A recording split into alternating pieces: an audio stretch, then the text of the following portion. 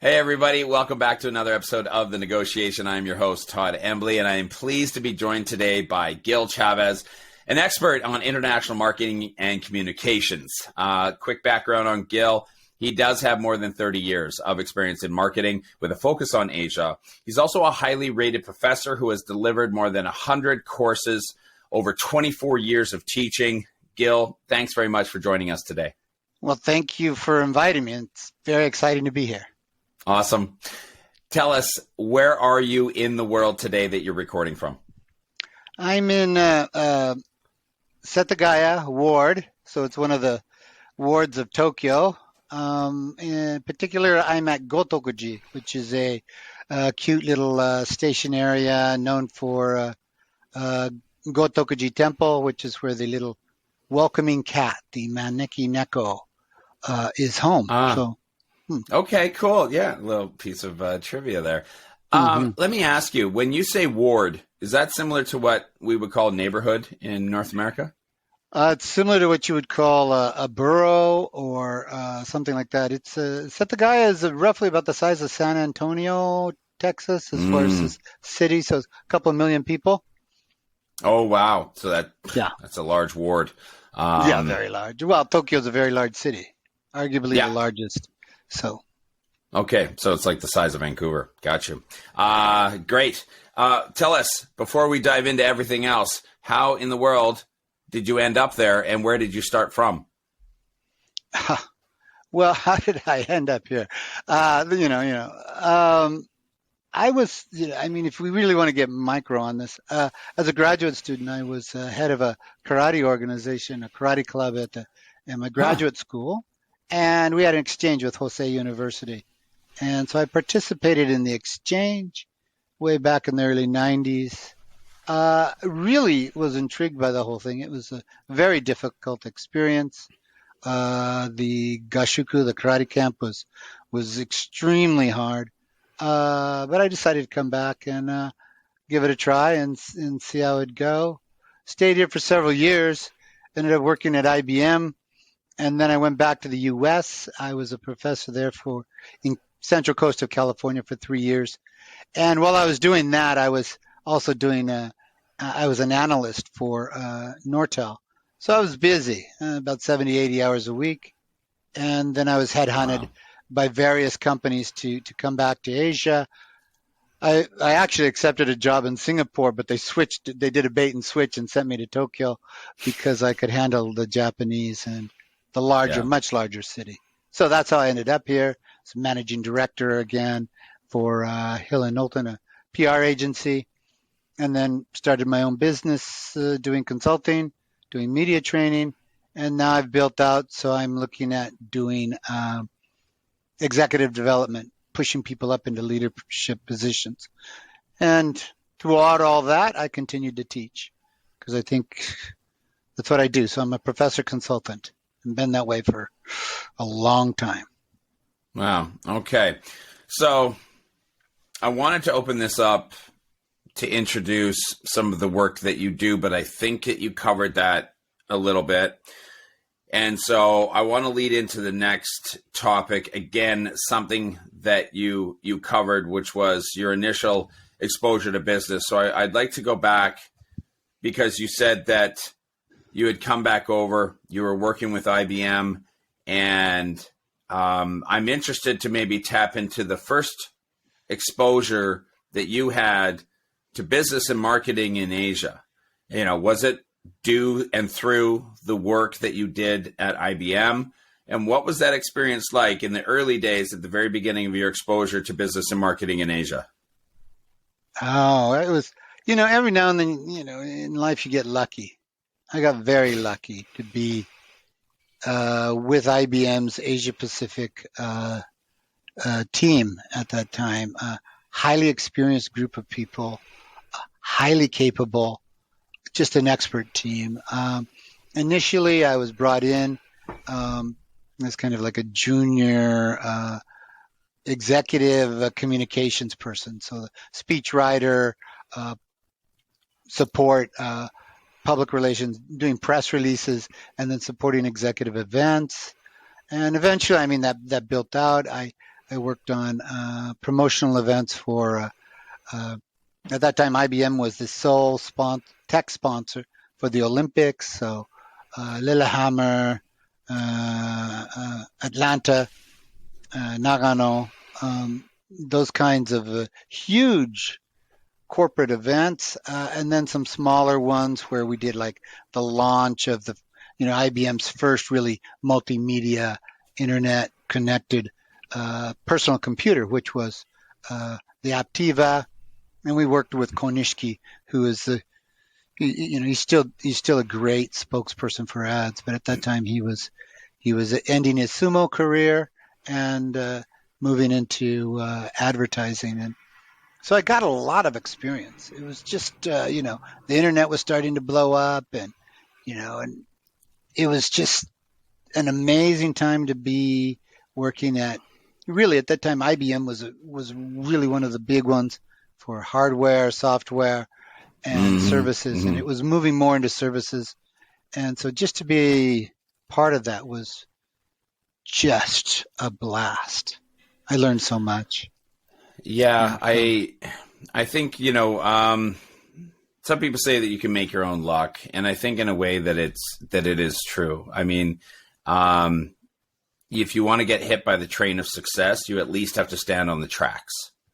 So you don't know when or if the train is actually ever going to come, but one thing for sure is that if you're not standing there, you won't get hit. So in a way, it's true. And I talk to a lot of people about just maybe going to areas of the world for whatever reason. Maybe it's karate, right? For me, I threw a dart at a map and ended up in China, and then stayed for quite a long time. And fantastic things can happen when you just take the leap of faith and go into something and some place that you don't really know and just let nature take its course. But if your eyes and ears are wide open and you're willing to put in some hard work, a lot of good things can happen, right? Be a good person, right? Make friends. Right. I mean, it's kind of like stepping on a snake. I mean, you got to be out there walking, and and I mean, it's a positive stepping on. It is.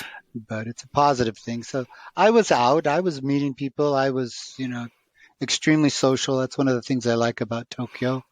And another thing is people are always trying to get their first circle of friends, and that doesn't work often. It's a friend of a friend of a friend who heard something about something. And I just stumbled into a great one. I'm still friends with a lot of them. I still see them. A wonderful group of people.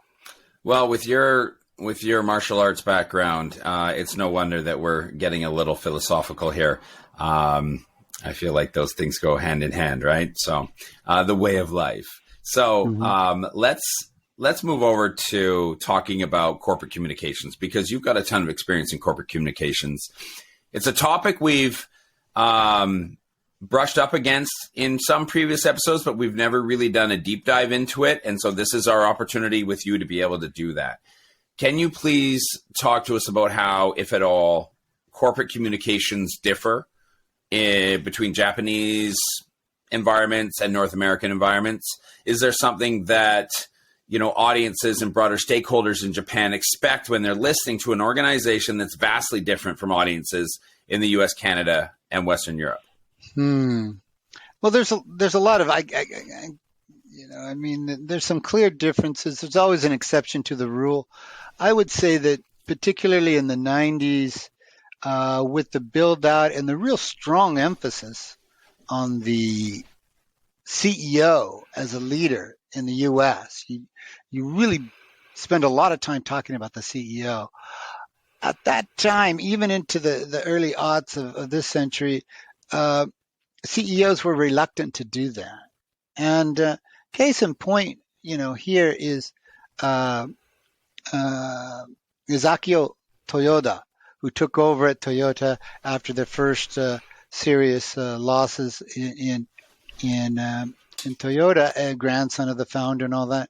And he was actually, you could see, when he was a senior executive before he became a CEO, that he was reluctant to speak or say anything, and even in really softball interviews, and engineering background, and that was not exceptional.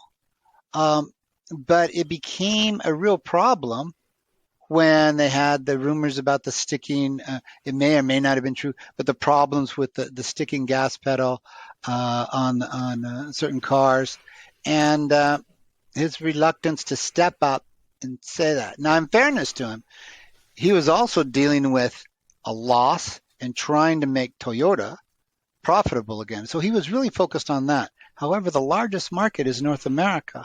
And so there was a lack of focus. But he grew into the role, and I think he's a great spokesperson now.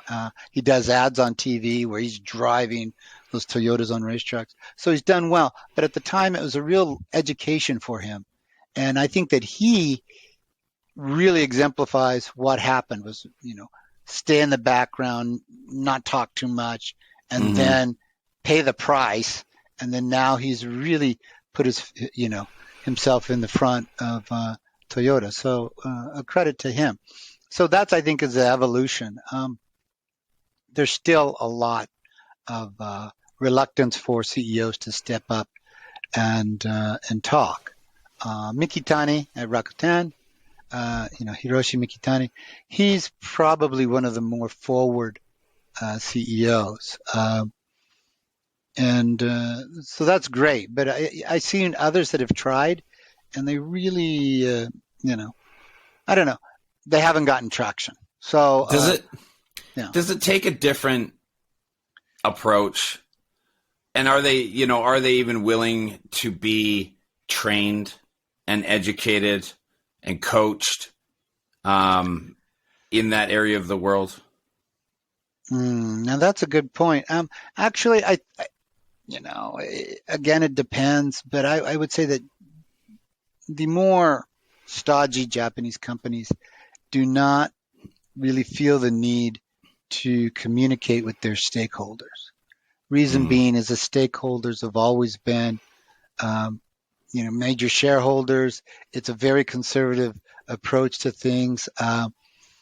You see the press conferences are very tight, very restrained, and so on. It's a very formal atmosphere. I think I may have been the one encouraged the CEO of back at the time of Japan Tobacco to make an appearance on TV and do an interview with NHK. At the time, I thought it was an obvious thing to do. Apparently, it was one of the first times that had happened. Now that's that kind of thing. That was 15 years ago. But there's been a lot of changes that have come under that. I mean, there was a period about 10 years ago where there was a scandal a day on misreporting or food contamination or whatever. So there's been a lot of pain that's kind of flowed through that. That said, there's still corporate governance is still a real. The board of governors, outside board members tend to be friends, long time, from high school or whatever. It tends to be too tight. There's not enough daylight or air in those groups. So that's been a problem too. Yeah. What about if I change it up and I say, okay, what if the company is a B2B versus B2C? And you got me thinking when you said don't feel the need, some of the stodgier companies don't feel the need to actually communicate with their customers. Well, what if your customer is a B, right, is a business? Maybe if it's more important on a B2C, I see it oftentimes, and I see it done really, really bad over here sometimes too. You look like, I'm the president and owner and founder of this company. And I'm like, you probably should not have done this, or at least you should have got some training because, but they obviously wanted to be out front. And I mean, kudos to them for having the cojones to stand up there and be in front. Like nobody loves this. I mean, I've been doing this podcast 3.5 years and I still get a little bit nervous, when I'm going to come on and do this. So nobody, I think, ever fully loves it. But anyway, back to the B2B, B2C. Would you say that you had different advice for being in front and doing their own communications because if you're talking to actual consumers to buy your product, directly to the consumers to buy your product, perhaps maybe there's more of a reason to versus a B2B operation? Well, I think part of it, though, is certain CEOs don't want to appear to be like, salesmen, buy my stuff. Okay. And that gets a little bit hokey too. But Yeah. I would say that there's just a feeling that there's a formality in the position. I've met many major CEOs, and some of them are very, very engaging, and yet when they step in front of the camera, they tighten up. And it's probably more so culturally and socially in Japan than it is elsewhere. But I know that when Mr. Gershner first became the CEO of IBM after stints at Nabisco and American Express, he was reluctant to do media, but he worked at it, and he became pretty good. I was really impressed. So it takes work and it takes time, and some people just really don't value it, and until it's a little bit too late. It's like you've got to go out there and stand in the broad daylight and do Q&A in a very uncomfortable situation. So I'm an advocate of it, to coach them to be engaging, to show that they're a person, to show that what they're trying to do. And I think it's important not just for external audiences, but for employee audiences first. Mr. Gershner always wanted to do employee forums first because it was before he did the press conference, because the questions were tougher, they were more direct, and it was really a great warm up. Then he went out, did the press conference, and it was an easy second round for him. Yeah. I can see that. I think that's actually pretty smart. Yeah. Okay. So I want to move on to a slight variance to this and talk about a particular sector, which is, the financial services sector. And what I had originally wanted to ask you was concerning and making the assumption that there is a vastly different regulatory environment. Okay. So when we're talking about either, annual reports or doing investor relations, is there an impact between how the regulatory environments are and how investor relation and corporate communications are done in Japan versus, like, let's say the US? I guess the biggest problem I have is with corporate communications, and I'm just going to take it this way. Yeah, please do. There's some, and this is true with other places too, but I find that too often CEOs who have become head of these are public corporations have this feeling that they don't need to answer questions from investors or the public, or if they do, they don't need to be necessarily forthcoming. And I object to that. I think that if you're going to pay a CEO, we're not paying you for the 5-star restaurant with a prospective customer or anything like that. We're paying you for the hard days, the days where you have to stand in the light and take a public beating.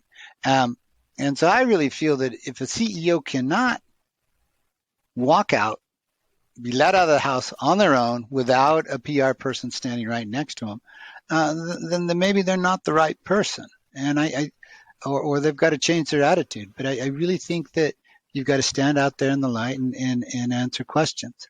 And, I know a lot of people that work in investment, private equity. And a friend of mine says, I'm not interested in anything except what are the numbers and how are they going to make them better.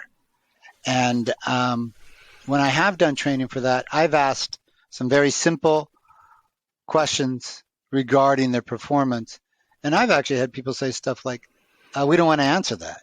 And I'm like, if I can think of it, I guarantee you the analysts and the journalists are going to think of it. So you need to answer it. Now, maybe that's not a way that they want it answered, but you have to answer it. To say we don't want to answer it is just going to blow it up. Right? So I think that there has been this feeling that I don't have to do certain things. And no, I think that needs to change. Yeah. Did they ever use a proxy in place? There might be a panel of 3 or 4 people, the CEO, the various vice presidents to do Q&A. That's not unusual. Just so they can toss questions to other people that may, which is fair enough. But I'm really a strong believer that you've got to do Q&A and do it well. And as a CEO, you should be able to answer what the performances are and how do you think you'll make it better? Okay. That's what we're paying you for. I agree.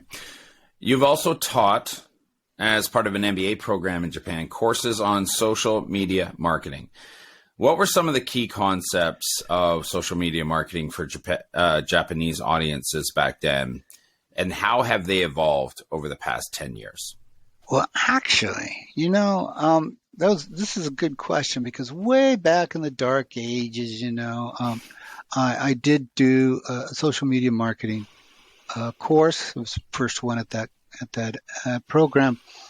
And I came up with some basic concepts that I think still hold. And a friend of mine, Jean-Maria Schoenlieb, he does a creative for Lyft in New York.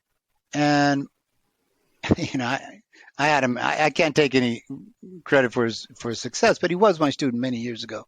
But the principles still hold the same, is create content that is engaging.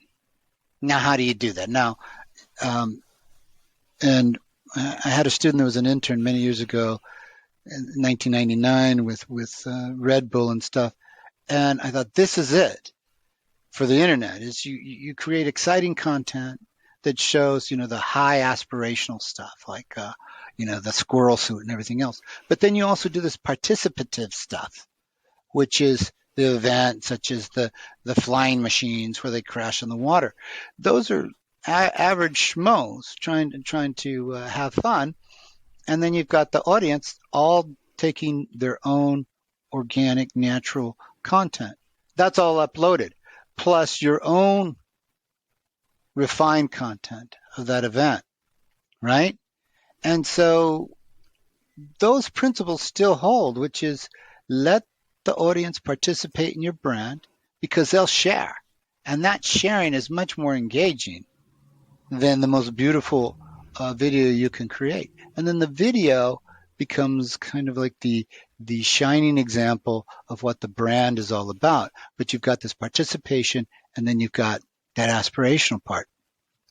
So Jean-Maria did a great thing for Lyft, where while they're waiting for a Lyft pickup, people have this little arcade, kind of like Pac-Man and things like that. Smart, very smart. You can look it up on the internet. But at the same time, those things have still remained the same. But the platforms have become much more visual and dominated by TikTok. At the time that I was writing the course, Twitter was it for Japan, because it was, using kanji, as you know, is using Chinese characters. It's very easy to pop in a message and tweet it.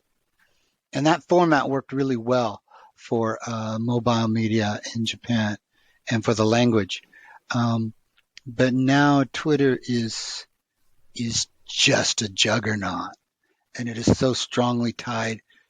It's pushing brands forward that are just overwhelming larger brands. I think that's the biggest change, the platforms.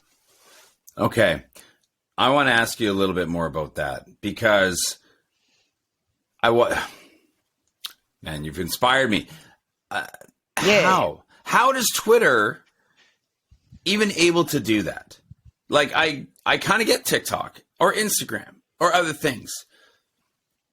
Now, I know Twitter, you can put a video in, and I know that and I'm speaking as somebody who is not a regular Twitter person. I never really jumped on Reddit, never really jumped on Twitter. I felt that these were just messaging boards mostly. And so I never really got into it too much. So tell me, how has Twitter achieved this?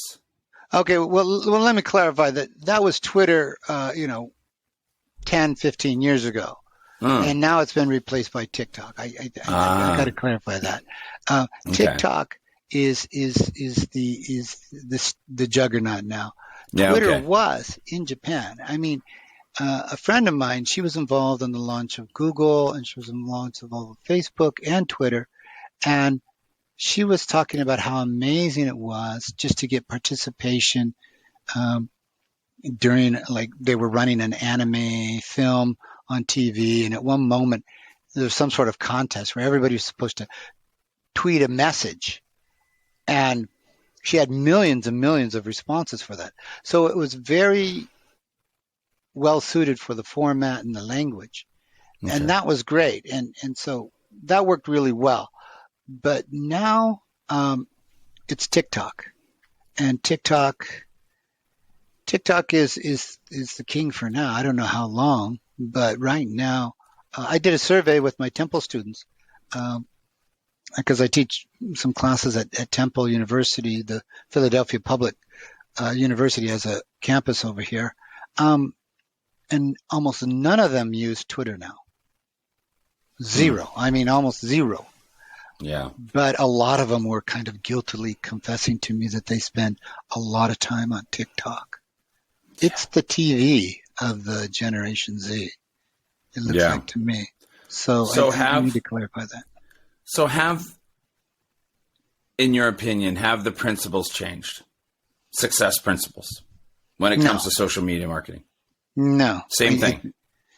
There is something that I've noticed has become more prevalent in the U.S. and it's always been true in Japan, is that you need celebs and influencers. Brands are still crucially important in the social media marketing world. However, they deliver less because it's so easy to switch. You want this from the North Face, but it's not there, so you grab the Arc'teryx or whatever it is. So it's really easy to switch out. And so it seems to me that what they're trying to do is use influencers and celebs to make the brand stick and deliver a little bit more results. That's what I've seen in the last, recently. It's always been true for Japan, but. Can you call out some international brands that are doing social media marketing in Japan well, and maybe even why you think they're being successful? Oh, God. I'm probably too old for this. I will say that I've always admired Red Bull since this student brought Red Bull to my attention in 1998. And I have always thought that their principles have held, and they've been consistent about participatory and also aspirational aspects of the brand. That's been very good. And they do great product placement in Japan. Sports shows that are covering, all the major sports will show you what I think are obscure non-sports things such as breakdancing. But because it's sponsored by Red Bull, it's good video and it's good visuals, and it gets in there, and probably Red Bull is paying them a piece of that, a pretty good chunk. So Red Bull does a lot of really good product placement in Japan, in Japanese TV and on YouTube and places like that. Personally, I think that they're becoming a little bit too glossy. They're becoming a little bit too beyond. And they need to retrench. I mean, Nike had a problem with this probably still has a problem where they've become too high end, and they've got to come back and become more personable. So I think that they're always going to be the leader as far as content generation. Shein, I think, is just absolutely scary. The young Shein? yeah, Shein, however you say it. As I said, I'm probably too old for this, but Shein is just a juggernaut. And for me, this is Japan. Japan's about quality. They've never looked, with all due respect, they've never looked at China for quality goods or goods. China's always, they've always come over here and they've done, the consumers have done massive amounts of shopping and then brought it back into China. And that became a really big thing about 10 years ago, where to the point where people were repackaging things and trying to make it look like it was purchased in Japan or made in Japan rather than China. But it's done really well here. And I think part of it is it's not just the clothing. It's not about the clothing. It's about it being on TikTok. I think TikTok is driving it as much as anything. Okay. So I think that's TikTok's really right now just blowing up. Nobody plays. The students told me they don't look at Facebook except to talk to their parents. Yeah. And they really don't use much. Some of them use Pinterest. Pinterest came up because it's a shopping place. They can look and they can shop around. But a lot of them have gone to dedicated apps, the Uniqlo app, the Nike app, and they use the messaging apps, Line, WhatsApp, to communicate. So the general mass social media app has splintered, and they're kind of beyond that now.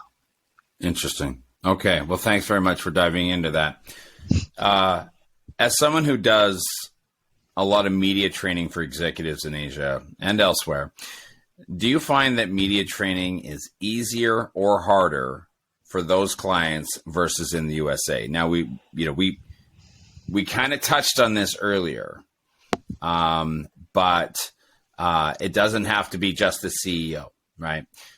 So I'm curious to know, if we just broadly look at executives in general, how does media training go for you? And do you see that there might be a difference between how you approach it in Japan, were you to be approaching it with executives from the West? Generally speaking, there's a difference. And in fact, one of my big eye-openers was many years ago for a huge, huge company, financial services. And we had to do just like a 3-minute video for general manager of a division for their annual meeting. And the Japanese all showed up with a written out script, and it was memorized. Now, my challenge was, okay, and I understand they're doing this in English, and they wanted to get it right. They didn't want to say something silly, which I often do in Japanese. So I get it. But my challenge was to get them to relax. And, what I tell people is, it's okay to memorize the presentation or memorize the script. Then forget it. You know it, so quit thinking about it anymore. Now just talk. And all the talking points will come up. So that was the challenge for them. On the other hand, my American clients, some of them hit it, particularly salesmen, people that had strong sales backgrounds. They came in and they nailed it. They were sincere. They had the eye contact, emotions, everything. Boom. Okay, great. And then some of them thought that they were born rock stars, and they would say, no, I'm just going to wing it. And 12 minutes later, we don't, and actually our day was going pretty well. We had done like 6 or 7 videos, and our last one was with a country general manager of Japan, and it took 3 hours to get a 3-minute video out of him because he thought he was a rock star. And so the way to humble them is to show them the results. And that can be shattering too. But it was like, okay, now he's mad. So, so yeah, I think that there's obviously there's going to be, variations of that, but that's the extreme example. All right. Let me ask you a question off the cuff. What does it take? What are the special skills? What is the delicate nuances of you and what you do? What does it take to be successful at the work that you do in the area of the world you do it? Oh God, I wish I knew. But, maybe people give you a lot of compliments or something to say that, hey, you're really good at this, or you're really good at that. But, I'm genuinely curious, to know, obviously you've been very successful, very tenured in what you do and what you teach over there. What do you believe is some of the secret sauce that makes Gil Chavez as good as he is? Well, I think I was going to say, teaching and consulting, but actually I think that they're related. I mean, that's why I do it. Being a consultant makes you a better teacher. Being a teacher makes you a better consultant. But one thing that I would say is patience. Patience is really hard, and that does not come naturally to me at all. And people have remarked that I'm patient, and I'm like, man, I want everything to have happened last week, everything. And I know that's not going to happen. And so, but I think that cultivating patience has been useful. And this is something, there's one thing that I think that is really important for people is a lot of times misunderstandings happen because the language isn't quite right. The context isn't quite right. The facial expression isn't quite right. There's something off. And there is a tendency for people to take offense. And I've always told people, it's like, if somebody's insulting you, give them time. They will make it clear. But a lot of times they're not insulting you. They don't mean it. They didn't, they're either, they may even be culturally ignorant, or they may, whatever. They may be insecure. But there are a lot of times it's like, count to 10. And you'll see that they really didn't mean it. Or if they did, they want to apologize because they realize that their joke was a disaster. But I think patience and giving not yourself, but the other people a second chance to make their communication or whatever they said or did right, because it's easy to get it wrong in two vastly different cultures like this. Yeah. Somebody that you're working with in training shows up and says, hey, I'm really funny. Can we make this funny in some way? I'd like to be comedic. What is your initial reaction? No. Don't do it. It's not funny. There's so many reasons it's not going to be funny. Oh, God. That's like the scariest story. I was like, I'm not sure I can sleep at night now that you've asked that question. First, calm down, Gil. Jokes don't translate. And what you think is funny doesn't work. And I worked with an interpreter, and I asked her about this. I said, has anybody ever said a joke that you cannot translate? And she says, of course, all the time. And and what are you doing? She says, actually, I got this advice from my senpai, my friend who was much more experienced. She said, often in Japanese, I just say, the guest made a joke that is very difficult to translate. So please laugh. And everybody laughs, right? That's actually kind of funny. The problem is that encourages them to make another joke. No, yeah. Right? And I mean, I'm a big fan of Tom Hanks, but when he came here to do a movie once, and they had a big press conference over at Roppongi Hills, 500 people, press came, and they were asking him questions, and he was doing these grunts and these deep sighs and everything else, just basically kind of doing this extreme, kind of like John Belushi's a samurai sandwich maker kind of thing. And it was like, oh God, don't do that. Stop, Tom, just answer the question. And it was really, really uncomfortable because he was trying really hard to be funny. And it was just a disaster. So, and so I tell people, if you've got a joke about yourself, and let's try it, you can tell it. Mm-hmm. Okay? Yeah. Jokes about yourself work. Don't make jokes about other people. Right. Especially if you're in a position of power, you should never make a joke that is any way mean towards anybody weaker than you, because it just makes you look bad. Right. But Well, what if we look at another one? What would be where you might draw the line or see a difference between West and East, or Japan and U.S., however people want to shake that out, between being humble, which I think is a somewhat appreciated attribute or trait, especially in Japan, versus being self-deprecating, which honestly might be a bit of a Canadian trait? Well, I mean, I'm going to tell you that the home of the humble brag is Japan.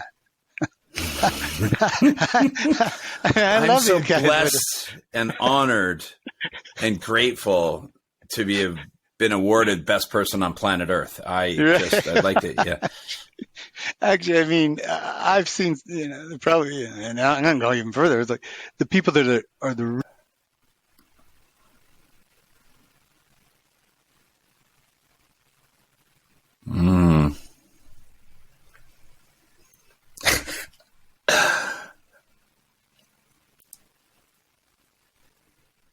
That's still good on my side, and it's recording locally, so don't worry about how we're yeah.